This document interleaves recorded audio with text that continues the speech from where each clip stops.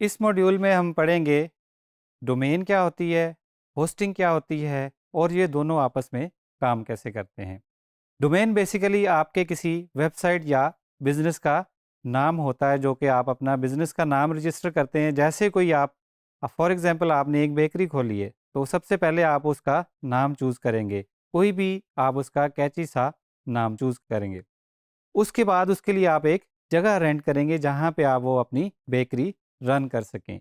Similarly जब आपने website बनानी है, ब्लॉग बनाना है, स्टोर बनाना है, किसी भी किस्म की आपने वेबसाइट बनानी है, तो उसका आप एक नाम चूज़ करेंगे और उसकी एक डोमेन होगी।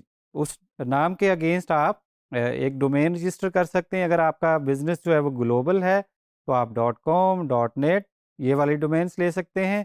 और अगर आपका बिज़नेस सिर्फ़ पाकिस्तान से मुतल्लिक है या विद इन पाकिस्तान है और आपकी सारी टारगेट ऑडियंस जो है वो सिर्फ़ पाकिस्तान में है, तो आप .pk की डोमेन भी ले सकते हैं। फॉर एग्ज़ाम्पल जैसे हम कहें digiskills.pk। अब डिजिस्किल्स जो है वो एक नाम है, बिज़नेस का नाम है, इदारे का नाम है। और .pk जो है वो उसको हम TLD भी बोलते हैं, टॉप लेवल डोमेन। दूसरा एग्जांपल देते हैं जैसे google.com। गूगल अब एक नेम है और .com जो है वो TLD है। तो डोमेन आपके बिजनेस या इदारे का नाम होता है। अब आते हैं होस्टिंग की तरफ। होस्टिंग या सर्वर क्या होता है? सर्वर एक ऐसा कंप्यूटर होता है जो कि 24/7 इंटरनेट के साथ कनेक्टेड होता है और आपकी वेबसाइट की फाइल्स जो हैं वो उस कंप्यूटर पे पड़ी होती हैं। और हर जो कंप्यूटर इंटरनेट के साथ कनेक्टेड है उसका एक आईपी एड्रेस होता है, जिसे इंटरनेट प्रोटोकॉल भी बोलते हैं। आईपी एड्रेस जो है वो कुछ इस तरह का दिखता है। अब अगर आपने वेबसाइट बनानी है तो कंप्यूटर जिस पे आपकी वेबसाइट पड़ी है उसको आप एक्सेस करेंगे आईपी एड्रेस से। लेकिन आईपी एड्रेस जो है वो यूज़र फ्रेंडली नहीं है। किसी को आप बताएंगे कि मेरा एक बिज़नेस है, अगर आपने वो उसकी वेबसाइट देखनी है तो आप जाएं, इंटरनेट पे जाएं, अपने ब्राउज़र पे लिखें 192.168.1.1। अब ये मेमोराइज़ करना जो है बहुत मुश्किल है। तो इसके लिए हम क्या यूज़ करते हैं? Domain name. आप अपने बिज़नेस की या इदारे की डोमेन रजिस्टर करेंगे और उसके बाद उसको हम कनेक्ट करेंगे आपके उस सर्वर के साथ जहाँ पे आपकी वेबसाइट की फाइल्स पड़ी हैं। इन दोनों का कनेक्शन आपस में होगा डीएनएस के through, domain name system. In simple words आप ये कंसीडर कर सकते हैं कि डोमेन नेम सिस्टम जो है वो एक बहुत बड़ी कॉन्टैक्ट लिस्ट है। जैसे आपने अपने दोस्तों के, रिश्तेदारों के अपने फ़ोन में कॉन्टैक्ट सेव किए होते हैं, उनका नाम लिखा होता है और उसके साथ जो है वो उसका नंबर अटैच होता है। सिमिलरली डीएनएस में आपकी वेबसाइट होगी, उसका नाम होगा, उसका डोमेन नेम होगा और उसके साथ उसका सेव होगा आईपी एड्रेस।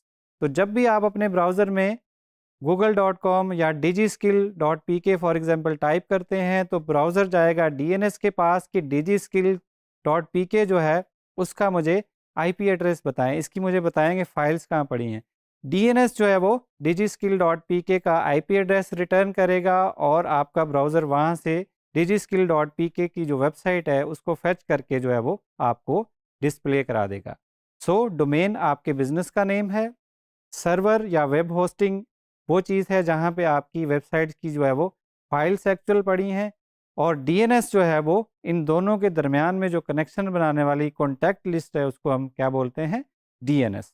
तो वेबसाइट बनाने के लिए सबसे पहले आप एक डोमेन रजिस्टर करेंगे, उसके बाद आप एक वेब सर्वर लेंगे, किसी वेब होस्टिंग कंपनी से होस्टिंग लेंगे और उसके बाद उन दोनों को आप आपस में कनेक्ट कर देंगे।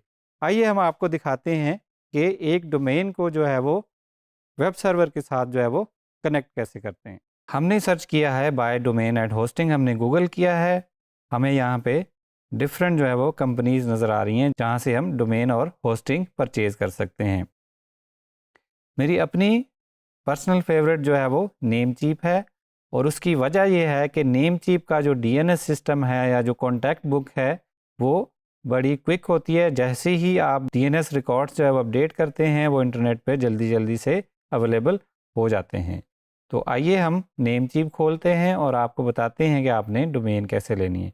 नेमचीप को खोल लिया, यहाँ पे आपका जो भी बिज़नेस नेम है, जो भी आपका डोमेन नेम आपको चाहिए, वो यहाँ पे आप सर्च करेंगे। अगर तो आपका नेम अवेलेबल है तो वो आपको बता दिया जाएगा कि आप उसको ख़रीद सकते हैं। आप क्या कर लेंगे, उसको ऐड टू कार्ट करेंगे। कार्ट में ऐड करने के बाद आप अपनी चेकआउट पे जाएंगे। यहाँ पे हमारे पास एक डोमेन हमारी आ गई जो हमने अभी ऐड की है, और एक डोमेन हमने पहले से भी ऐड कर रखी है, दोनों डोमेन्स आ गई। यहाँ पे हम कंफर्म ऑर्डर करेंगे, अपनी पेमेंट्स डिटेल डालेंगे और हमारी डोमेन हम परचेज़ कर लेंगे। डोमेन परचेज़ करने के बाद डोमेन की सेटिंग्स हमें कुछ इस तरह की नज़र आएंगी। इन सेटिंग्स में जाके हमने ढूंढना है नेम सर्वर्स का ऑप्शन।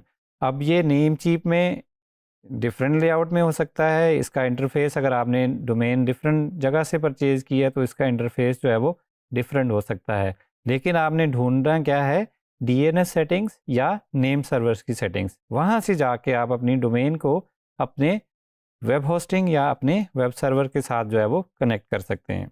तो यहाँ पे हम अपने नेम सर्वर्स अपडेट कर रहे हैं। ये नेम सर्वर जब आप होस्टिंग परचेज़ करेंगे तो वहाँ से आपको नेम सर्वर जो है वो 2 प्रोवाइड किए जाएंगे कि आपके ये नेम सर्वर है। वो नेम सर्वर हम यहाँ पे डोमेन में अपडेट कर देंगे। हम पहले डोमेन भी बाय कर सकते हैं और नेम सर्वर जो है हम बाद में भी अपडेट कर सकते हैं। हम पहले होस्टिंग भी बाय कर सकते हैं। इट्स अप टू यू कि आपने पहले क्या बाय करना है। तो हमने दोनों चीज़ें बाय की हुई हैं। हमने यहाँ पे डीएनएस सेटिंग्स में हमने नेम सर्वर्स ऐड कर दिए। इन सेटिंग्स को हम सेव कर लेंगे। ये हमारा पार्ट 1 ऑफ कनेक्शन जो है वो कंप्लीट हो गया कि हम डोमेन को बता रहे हैं कि हमारी जो डोमेन है ये, इसका कनेक्शन जो है या इसकी वेबसाइट की फाइल्स जो हैं वो कौन से सर्वर पे होंगी। अब हम आते हैं होस्टिंग वाली साइट पे। यहाँ पे हम होस्टिंग वाली साइट पे हैं तो मैंने अकाउंट इन्फॉर्मेशन का पेज खोला है, जहाँ पे मुझे जो 2 नेम सर्वर्स जो हैं वो आ रहे हैं, यही जो अब हमने अभी नेमचीप में अपडेट किए हैं। डिफरेंट होस्टिंग्स जो हैं उनके कंट्रोल पैनल जो है वो डिफरेंट हो सकते हैं, लेकिन सबसे कॉमन यूज़ होने वाला या सबसे ज़्यादा यूज़ होने वाला तो जो कंट्रोल पैनल है उसको सी पैनल बोला जाता है। सी पैनल की लेआउट जो है वो हर होस्टिंग में डिफरेंट हो सकती है।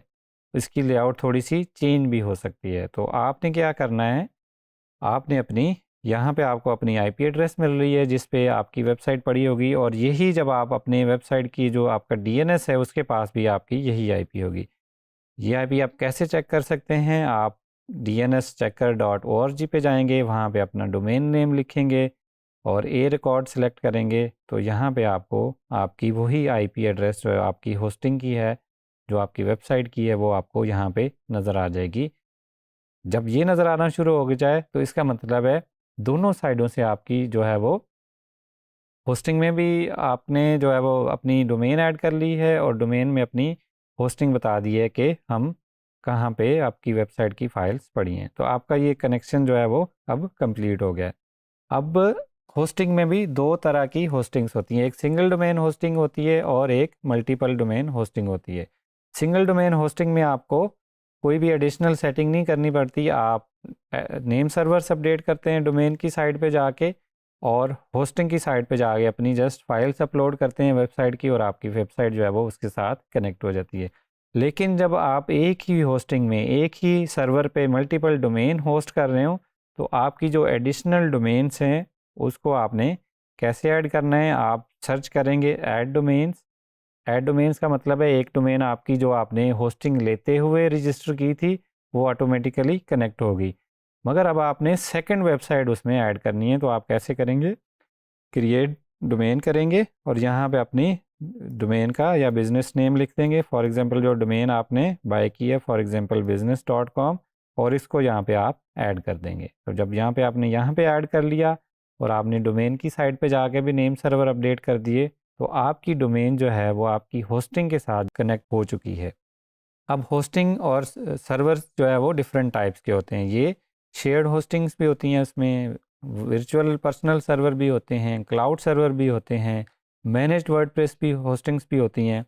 तो ये टोटली डिपेंड करता है कि आपकी रिक्वायरमेंट क्या है, आप किस टाइप की वेबसाइट होस्ट करना चाहते हैं, आपको कितनी पावर चाहिए, आपकी वेबसाइट पे ट्रैफिक कितनी होगी, और आपका बजट कितना है।